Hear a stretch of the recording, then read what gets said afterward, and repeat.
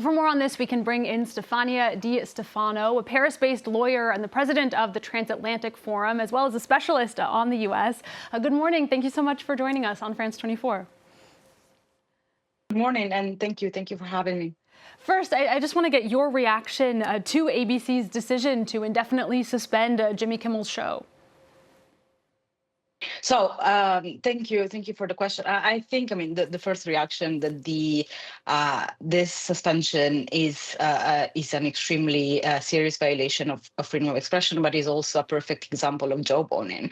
So as we know, the First Amendment of the U.S. Constitution decrees that the federal government shall make no law abridging freedom of speech and freedom of the press, and so the press is protected from any governmental interference. But this is a perfect case of jawboning, because as it was recalled earlier with Jimmy Kimmel's suspension, after the episode aired, it was the Federal Communication Commission's boss, Brendan Carter, that threatened Disney and ABC with losing their license. And so they have essentially threatened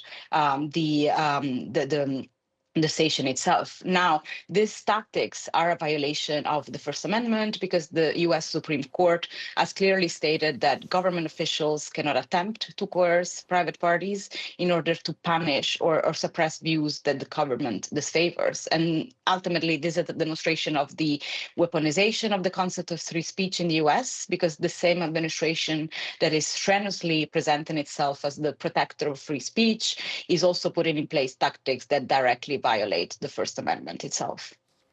Yeah, so as you're saying, Trump isn't changing the laws necessarily here, but he's coercing these companies into bowing to his perspective. Are there any legal cases, as you were saying, you're a lawyer, from a legal standpoint, that could be challenged? Are we seeing that happen? There are some challenges, but I think one point that should also be seen in this context is that Trump is using legal tools as well to stifle free speech. And here I'm referring particularly to the massive defamation lawsuits that have been brought against the New York Times and Wall Street Journal. So, for instance, these lawsuits are also part of a wider strategy to stifle political opposition, and they're not legally viable. So it is very difficult for public figures under US law to prevail in defamation cases, because they have to prove that the defendants have published information that they knew or they should have known was false. And so these lawsuits lack any legitimate claims, but they have a high symbolic value, because they aim at intimidating news outlets and inducing them towards self-censorship. Now, the New York Times has stated that it will fight back against these lawsuits, but at the same time, these defamation suits will have a chilling effect on many media outlets, because they might prefer self-censorship to avoid time-consuming and costly legal processes. And so the strategy, despite its lack of real and solid legal claims, would have been successful in silencing critical news coverage, either of the federal government or of Trump himself. Yeah, as you're saying, this doesn't need legal foundation to have the silencing effect.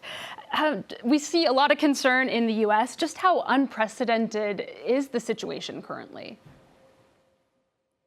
So I think that the situation is unprecedented on many levels. This is a major escalation of efforts that had already started at the beginning of the second Trump administration. And I don't think that this should be seen as a sort of isolated or even unprecedented move. The efforts to stifle political opposition in the U.S. have not started with the instrumentalization of the assassination of Charlie Kirk, which is an absolute tragedy and should be condemned. But this is only the latest piece, and perhaps the most blatant so far, manipulation of reality for the purposes of censorship. I think the assassination now is being depicted as a sort of assassination of free speech itself in the U.S., and it is actually being leveraged to suppress freedom of expression. Indeed, we have been discussing the suspension of Jimmy Kimmel's live, which has sparked outrage and concern from politicians, from media figures, from free speech organizations. We have seen the protests just now. But the administration is not only attacking media outlets, it's also attacking higher education. For instance, it is accusing universities now of radicalizing people.